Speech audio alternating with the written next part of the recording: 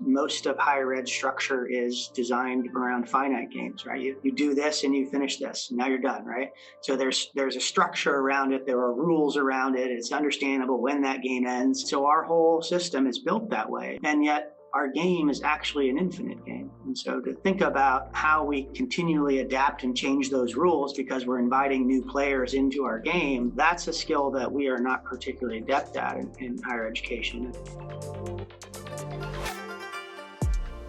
Hello, and welcome to the Future of Universities podcast series. My name is Arno Meerman, CEO of UIN and your host for today. In this episode, we bring you a conversation with Dr. Cameron McCoy, Provost at Shenandoah University.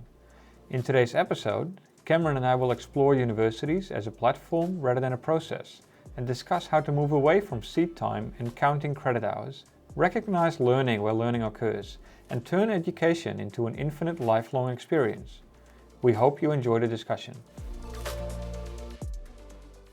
I'd like to kick off this conversation with maybe getting an answer from you on if you believe if universities are ready for the future. Are they prepared and are they equipped to face the challenges of today? Thanks, Arno. It's always a joy to spend time with my colleagues from UIN and across the world, and just a blessing to be with you all today. And it was an honor to co-edit the thought book with you and then to have a contribution. I couldn't ask for more, so I'm just really excited to be here with you today. I worry a lot about whether we are ready. In fact, that probably occupies the majority of my day, and that is contextually down to, is Shenandoah University ready?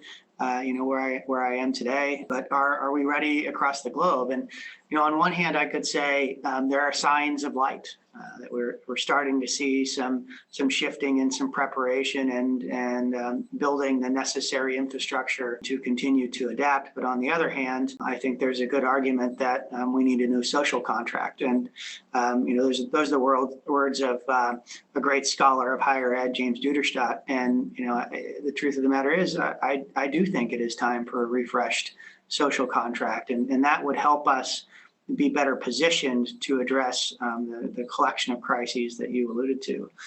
So the short answer to that question is I'm not sure yet, but I have hope. And I know that our faculty are thinking about it. I know that administrators are thinking about it. I'm not sure the rest of society is. And so I think we have work to do in that regard as well.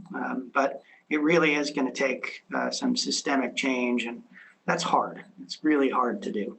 What kind of change do you think it takes? You can talk about maybe the context of Shenandoah University, but also maybe higher ed more generally. Well, it's pretty complex, obviously, otherwise it would be done already. And there are some institutions that have gone through really substantial change. But I think at the core, Arno, we can talk, and we probably should talk about what the role of universities are and that social contract, and then sort of how do we get to a reformed institution. But I think one of the biggest problems that we have today, at least in the U.S., our biggest challenge is the credit hour. And I say that because our entire structure is built around this idea of seat time and how long someone sits in front of a knowledgeable person. And we structure everything around that, from faculty to contracts to their load to the number of courses a student should take to our tuition pricing. And I think all of those things should be brought to question, right? But that's really challenging given the way that, at least in the U.S., the federal government makes investments in supporting learner access to higher ed and supporting research activity in higher ed, and certainly our accreditation standards and how we're measured around quality. And so I think the greatest adaptation that we could make would be to reconsider or to find mechanisms that create more flexibility in the credit hour structure. But again, I think there are some institutions that are already pushing the envelope here. I can think in particular about Georgetown University. And for a number of years, they've been working in a little red house across the street that they've creatively called the Red House, where they are challenging notions of, how their faculty design education around a credit hour. So now they will say, well, okay, Arno, you can sign up for this 6 credit hour class that doesn't pay attention to a semester, the 16-week semester, right? And instead, it's a year-long 6 credit hour class, and we'll grade you at the end of it. But that is really challenging, and they've been doing that for nearly a decade, and it hasn't caught on, right? So the isomorphic pressures that we have are really, really challenging. I think the other crisis that we have is really in developing next generation leaders who are acutely aware of these challenges and how one might navigate them. And I don't think that's part and parcel to higher ed. We don't really intentionally develop leaders, and there's a few programs out there, but I don't think there's a real intention around it among higher ed's leaders, and so that's a problem as well. And I think the third fundamental challenge here is our lens of finite versus infinite focus, right? So I don't know if you've read Jim Karst before, but his seminal work talks about this notion of finite games versus infinite games. And most of higher ed structure is designed around finite games, right? You do this and you finish this and now you're done, right? So there's a structure around it. There are rules around it. It's understandable when that game ends. And so our whole system is built that way, up to and including how we grade and assess learner knowledge. And yet our game is actually an infinite game. And so to think about how we continually adapt and change those rules because we're inviting new players into our game, that's a skill that we are not particularly adept at in higher education, and that we've got to really reshape our lens in a way that is gentle enough for learners and society at large to understand and adapt. And I'm not sure we're ready for that yet. So I don't know if you ever heard the story of Ford inventing the automobile and then driving it out in the street, and people were just scared to death of this thing because there weren't any horses in front of it. And so somebody put a horse head on the front of a car, of an old car, so that people would just feel more comfortable with it. Sometimes I think about higher ed in that layer. What horse head do we have to put on something so that people are more comfortable for our change to take place in a more rapid fashion? You're touching on some really important points there. So we got the credit hours, let's see time. Maybe I would add to that even also the way that we assess students. Maybe we can touch on the whole chat GPT issues at the moment. I mean, if you no longer need a human to take a bar exam or an MBA course or anything else, but a machine can do it just as well, then what does that mean? And I think it actually means something necessarily for the students themselves, but it maybe should move us maybe a little bit away from just focusing on the knowledge provision and more about skills and competencies, and also looking at another way of applying it. But yeah, the next generation leaders, and maybe you cannot finish the game, should be more of a part of higher ed, and not see the PhD as the final level in the little game around higher education. But it's all part of a lifelong journey. Maybe on the whole topic of knowledge, and you also already said, maybe we should first talk about the role of universities. In a day where we have all these knowledge providers, you can go onto YouTube now, you watch a 5-minute video and you know how to set something up on your computer. You can go to LinkedIn to take courses on anything ranging from marketing and sales onto leadership, actually, and how to lead a team. You can go onto Coursera. You have all these different platforms where knowledge is being provided. And then in terms of research provision, we have, of course, institutions like Fraunhofer, Leibniz. You got large R&D intensive corporations. If that's Pfizer, Siemens, Bayer, or Facebook, Google, or Microsoft, in this realm and in this space of where the world maybe is truly flat when it comes to higher education, what is the role of universities going forward? Yeah, it's a really important question for us to wrap our heads around collectively as institutions of higher learning.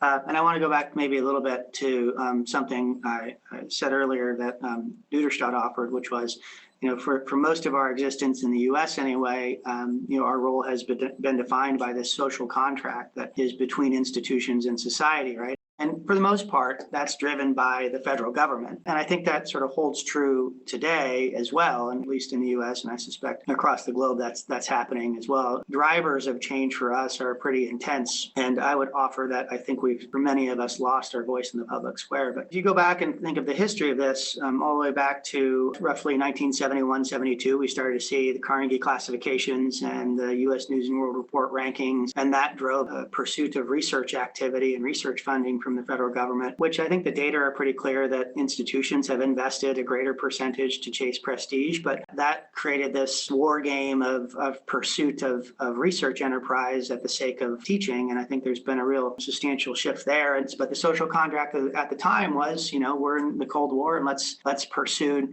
research and knowledge, and let's use our institutions to do that. But post-Cold War, you started to see significant state disinvestment in higher ed to the point where many of U.S. states pay more for for the prison system than they do for higher education, which is, obviously a uniquely U.S. challenge, but it's true. And then many of the folks who took advantage of the post-World War II expansion of higher ed are now ready to retire and collect their what we call Medicare and Medicaid, which is their health care that they've invested in over the course of their lives. But states have to pay that, right? So now you're seeing this shrinking investment in public higher ed anyway, which is frankly where the majority of young learners are today in our broadly accessible state institutions. And so, I think that creates some real significant challenges. And then you get to this notion that we have fewer high school graduates, traditional age students, and a substantial demographic shift towards a need to serve a more diverse population of learners who may or may not have had all the benefits of a good quality public education. We see significant demands today of a knowledge economy, which you've pointed to a couple of times, but here in the U.S. for sure, the conversation seems to be about a social contract for creating jobs. By that, it's not us creating the knowledge for new jobs, but it's us getting kids into jobs. Parents are pressuring us on that a lot. And of course, you have a global connectiveness. When we're talking to global folks today, we see what is considered to be massification of higher ed. And so now it's a consumer product as an industry. So cost is the question rather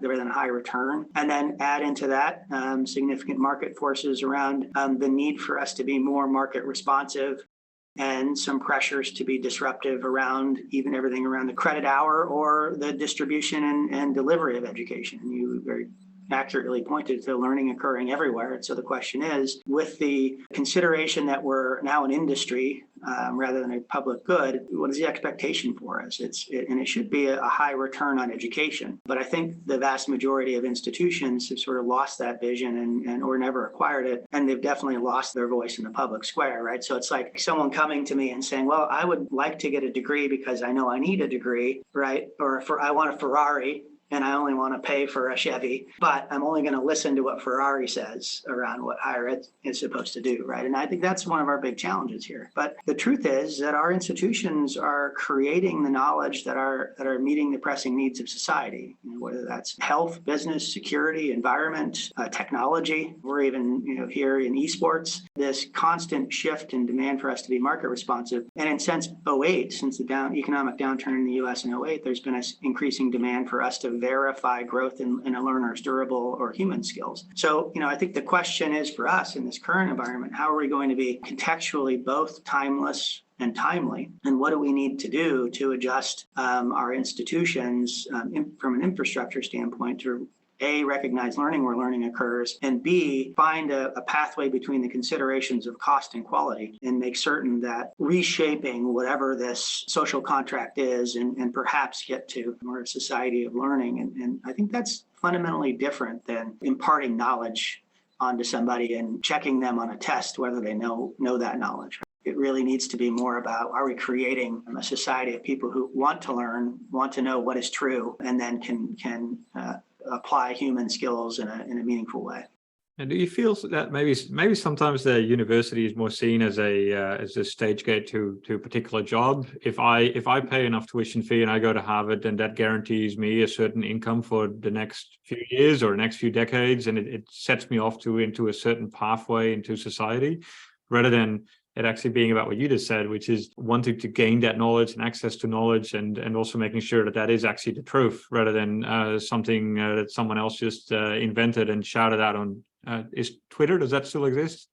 I don't know. Shouted out on Twitter or some other platform? Yeah, no, I think that's exactly right. So the question for us is, how do we make ourselves more of a platform that is accessible when you need it, much like Netflix might be or Amazon might be, with assurances of quality, rather than this sort of existing process of, I make it really hard for you to get into my institution. Now you're here, but I'm only going to recognize learning that occurs in my classroom and is delivered by a professor. And then now you leave and I ask you for money. And you never come back to me, right? That relationship needs to be much more intentional and much more sticky than it is today, right? And it can't, in the US, and certainly it is, that relationship is derived by the emotional effects of spending time on our campus, whether that's through athletics or otherwise. I don't think that's the case outside of the US, but it certainly is here. And so we maintain the relationship as something of raw emotion rather than of continually addressing someone's need over the course of their lifetime, which is more of a platform than it is a process.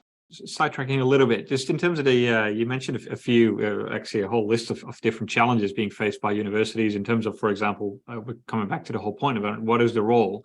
Is it to create knowledge? Is it to create jobs? Is it to educate students in order to ensure that they can actually acquire and retain a job? Is it about that upskilling, reskilling in terms of retention as well as part of the workforce? You said market responsive. Should all universities be market responsive, or could it be that universities could wear different hats depending on where they're based or the type of entity that they are?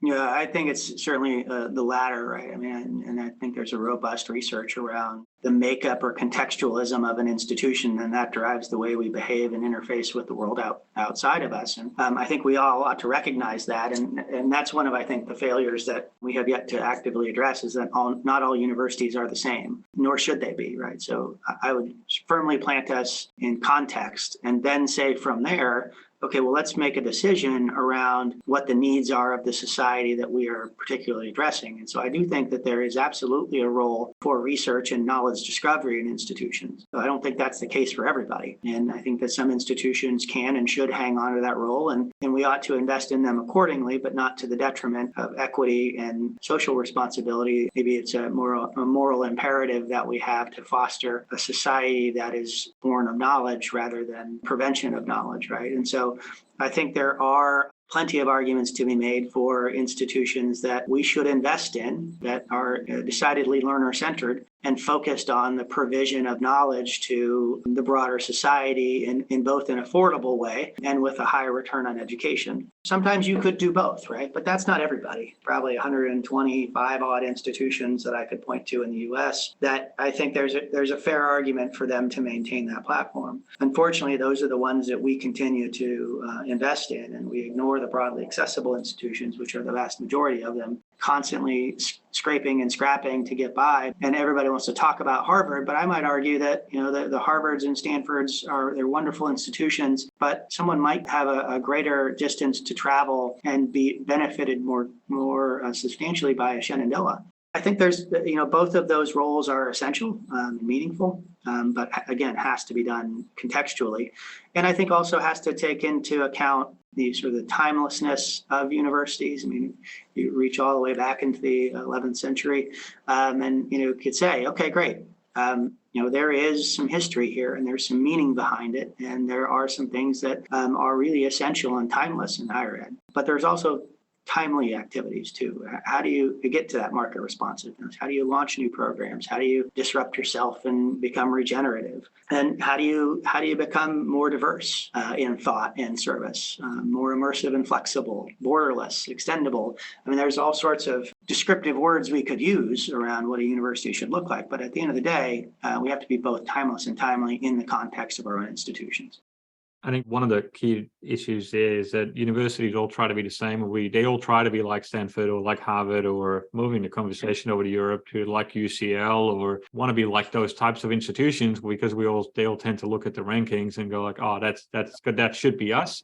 And maybe then looking at the rankings is because we look at student numbers, because the students are not necessarily our client. They are a gateway to undertaking more research, because they are the cash cow of our institution more so than anything else. And I think that's especially true in an Anglo-Saxon context, where education is productized more so than it's a public good or a service being provided to the community. In terms of market responsiveness, that means a university also needs to keep up with changes. And I think COVID has shown that that's definitely possible. There has been very rapid responses out of the higher education sphere when it comes to research. I mean, there's been major contributions when it comes to creating the vaccines or testing facilities or other solutions. And of course, also having to change their models of education. I think it's taken 25, 30 years to which some attempts to provide online education, and there were always challenges. But then at some point, all of a sudden, when we were all locked in our homes, it was actually not that difficult. So it seems like universities can keep up with changes, but then their response towards market needs, skills needs, competencies, and research, it's not always the case. And it sometimes seems that the universities are, rather than leading the way when it comes to building our knowledge society and exploring which new types of skills and competencies we need, they follow and are actually something, in some cases, also lagging. So how can universities keep up with all these rapid changes that are going around? Yeah, I think it's a really intriguing question, and I might push back a little bit. I mean, I think you don't have some of the industries that we have today if you don't have our research universities. The discoveries that are coming from some of our leading thinkers in higher ed, result in significant disruption in industry. We don't get the credit for it though, because we're not the ones that are out there building in the industry. We're simply fostering the knowledge that helped create it. But that being said, I think there is a valid argument to say that we're not as responsive as perhaps we ought to be. And I think that obviously goes back to some systemic structural issues that we have. And I would throw into this mix, our tenure model. We effectively all have a Boyer model for our faculty for progression, where we say, okay, you have to do research, service, and teaching. And we value them all the same, whether we actually do or not, right? But in order to do that, you have to do all three of those things, and that's true at every institution, even those who don't have tenure. I mean, we don't have tenure at Shenandoah. We have something called career contract, but for all intents and purposes, we still have a Boyer model. You still have to do research, service, and teaching to get promoted and earn your career contract, right? And I think without rethinking that structure, it makes it even more difficult for us to be responsive, because we already are asking a lot of our faculty, and the cost pressures of society make it difficult to be competitive from a pay standpoint and have a business model that has enough net tuition revenues, at least in the U.S., right? Because we don't have significant funding anyway from the federal government that sustains us. And so you have discussions of cost rather than investment in education. And I think those are prohibitive to us. So the question is, how do we become more market responsive? And I like to think a lot about the work of Clay Christensen and The Innovator's Dilemma, which was his seminal work, where at its core, he talks about really three types of innovation.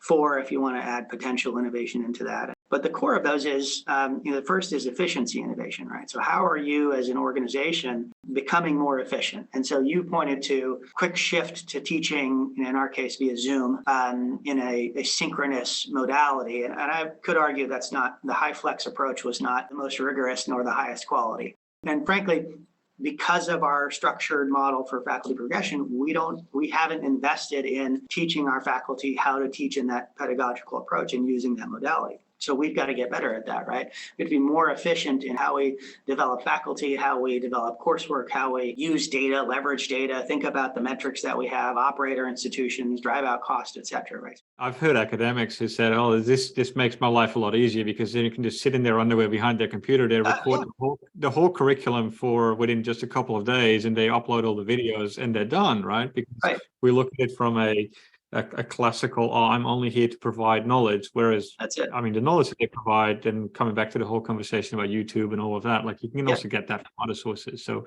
we need to change the way that we do that. Yeah, we absolutely do, right? And then we got to start thinking about, this is the market responsiveness piece, right? How do we foster sustaining innovations? Which, if you put that in business lingo, it's how do we continue to adapt to the customers that we're already serving? Those people who want to take higher ed or want to pursue knowledge.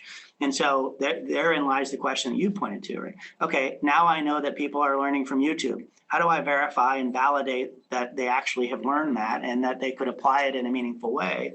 And then how do I layer into that the provision of their formative skills, right? And so that gets into the assessment question that you pointed to, right? So we have to continue to not only develop new degree pathways with considerable speed so that we can sustain the number of students that we're serving today, but we also have to think about how do we assess them differently so that we can promise to some industry partner or government partner that, yes, your graduate from Shenandoah University has a robust ability to be ethically reasoned and to do critical thinking and to team and has robust self-awareness. And that isn't something that we have been really intentional about, right? But that's a sustaining innovation. And I think this is probably the third is probably the hardest for higher ed to wrap its hand around, and that is this idea of disruptive innovation. And it's because it makes people nervous. I mean, even the word disruptive. And I don't think it was disruptive necessarily to take the lecture, record it, and put it on YouTube, and then ask somebody to parrot back what they saw. That's not particularly innovative, right? There's no real true quality to that other than I took my knowledge and I put it on YouTube and I said, here you go. It's like MOOCs from 15 years ago. That never became something of meaning because we weren't sure of the quality, and our structures fundamentally dismissed it. So the question for disruptive innovation is less about what modality we're providing learning, and more about how do we address issues of non-consumption, to use Christensen's words, right? Like, there are millions of people who, in a knowledge-driven society, in a globally connected society, we need to make sure that they have the requisite knowledge and skills to be successful. It doesn't mean necessarily they have to have a full degree. It doesn't mean they need to do things in 3 credit hour tranches. It might mean that we've got to become more flexible and adaptable and perhaps immersive, as the case might be, but we've got to design to serve people who are choosing not to come to higher ed. Do you have anything you utilize or anything you bring in? So what are the platforms we need to use, maybe both in terms of skills competency validation, as well as the way that we provide our education to students? I have asked my folks to be really thoughtful in developing a modality matrix, right? Which means really to say, what might the best provision of this knowledge be for this type of learner? And that is a real challenge, right? To say, because this isn't for everybody. So I have to design for Arno, who might need something different than Cameron needs it, right? Which means that I have to be thoughtful about designing these courses for multiple modalities and understand how and when to provision those. And that's really complex, right? The second is we need a really robust learning taxonomy, which is to say, what is the knowledge? What are the learning objectives that we hope for somebody to gain? Whether that is through watching YouTube videos or going out and have an experience or sitting in a classroom environment. And then I think the last thing is developing the capability technologically and intellectually to do what we call formative assessment. And that's really hard and complex, but we should be able to measure Arno's growth as a person over time through your experience at Shenandoah, regardless of when or where you experience those things, right? But that means we've got to identify those learning objectives and measure them throughout your whole experience, which is different than, hey, you wrote a paper, I gave you a letter grade of a B. And instead it's saying, all right, you wrote a paper, now I measured you on your self-awareness, on your ability to absorb knowledge, and measuring you on each of those things in that one experience and one demonstration of knowledge is much more complex and fundamentally different. So I think we need those 3 things. Actually, Cam, I wouldn't write a paper. I would have ChatGPT do that for me. So right. there's always that. Yeah.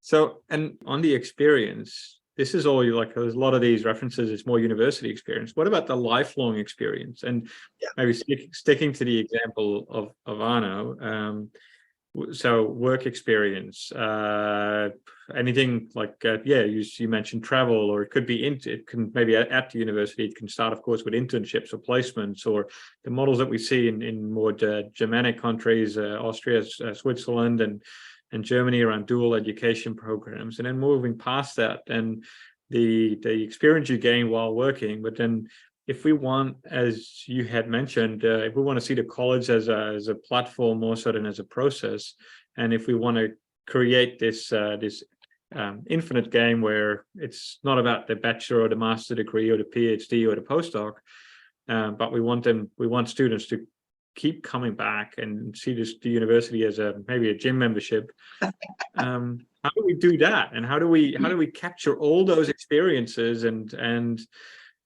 make sure they're accounted for? And then if someone applies for a new job, that he or she can also showcase, like, well, actually, these are all the badges I have, or this is my basket of micro credentials, or like, how are we going to do that? Well, first, let me just say that there is room and validity for keeping some of those finite pieces in the infinite game, right? So that provision of the bachelor's degree or the doctorate or whatever the case might be, there still is validity for those things as a part of the infinite education game. But to your point, we're moving into a Web3 world, and the underpinnings of Web3, whether that is immutable ledgers that can create smart contracts, but also could be the definitive record of my knowledge, are things that higher ed really needs to be more intentional about exploring and to adapt more aggressively. Because were I to take these paper diplomas that are on my wall, and I notice that you don't have yours on your wall because nobody's asking you for it, right? But I have them up on mine because I work in higher ed and people want to know did I finish, right? But other than that, no one ever asks me for my proof of degree. And I could go onto LinkedIn right now and say, I went to Harvard Law School and I have a JD. Who's going to really question that, right? No one's going to go ask Harvard, and people will just believe it. And so until we get to a place where we're activating the knowledge that comes out of our institutions and we're saying this is valid and true, and it's a shared resource between Arno as a graduate of my institution and me as the institution, then I think we're going to continue to run up against these questions of what the value is and whether who's better at what, right? Because right now the value of a Harvard degree is better than a Shenandoah degree, and not because it's a higher quality education necessarily, but it's because somebody who got in there was more prepared, and it's an older institution, so it has more prestige to it. If I'm able to know that that Arno has this set of knowledge, and then I see that you're out there pursuing something different, right? And I know I would be able to know that because you're starting to verify and validate again. If I'm your source of your record of knowledge and know-how, and you start applying for a new gig and you're using the technology to say, yep, I'm verifying I have a degree from Shenandoah, I'll know something's happening with you, right? And it becomes paramount for me as an institution to say, hey, Arno, it looks like you're pursuing a new opportunity, you're making a career shift, or you might be trying to discover something new. And I think AI and machine learning and immutable ledger technology, all those Web3 underpinnings, those all allow us to get there and to do those sorts of things. But it takes a fundamental mind shift for us to say, great, now I'm going to reach back out to you and say, hey, what do you need to know? And can I give you one class? Right? Can I give you 3 classes? Do you need 1 credit? What is it that you need for us to help you to continue to grow and be successful over the course of your life? And that isn't our way of being today. So it really is a fundamental structure shift and almost a new business, which I think makes people uncomfortable. We're talking a lot about students and maybe also up/reskilling. What about if the university is a lifelong experience or could be a lifelong experience? And what does that mean for, let's say, the 55, 60 plus? What if you reach that stage? Is there still a role to play for the university at that point in any individual's life?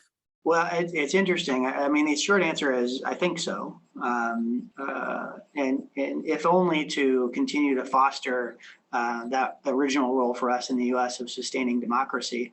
But otherwise, I think that, there are minds that are still valid, even though they've retired, right? And I think about this quite a bit. With the baby boomer population that we have in the U.S., it's a huge population of citizens who are no longer working or who are still working when they probably shouldn't be well into their 80s, right? But in many cases, it's because they want their minds to stay fresh and they believe they still have something to contribute. And I think those populations want to continue to learn something. And it is a population that isn't going to come live on my campus in a dorm and pursue a bachelor's degree, right? So it's a marketplace that we absolutely can serve. And whether that's, with dance lessons or math lessons. I think those things are totally valid. But I also think that we have an issue and concern with that population that we aren't talking about. That's a question of trust. How do we re-engage with them in a way that fosters greater trust in education?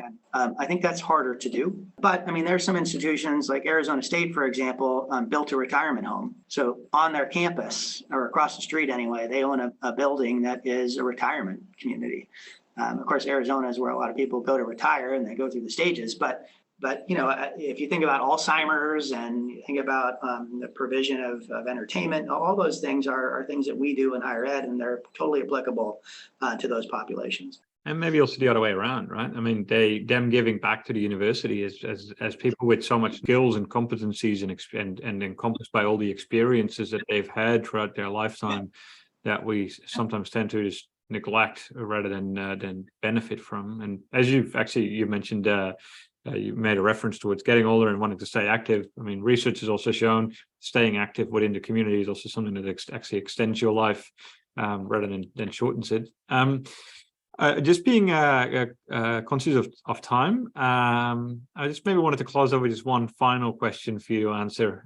We've talked a lot about learner-oriented universities, the lifelong learning institution, adjusting the way that we provide education and how we measure the skills and knowledge gained.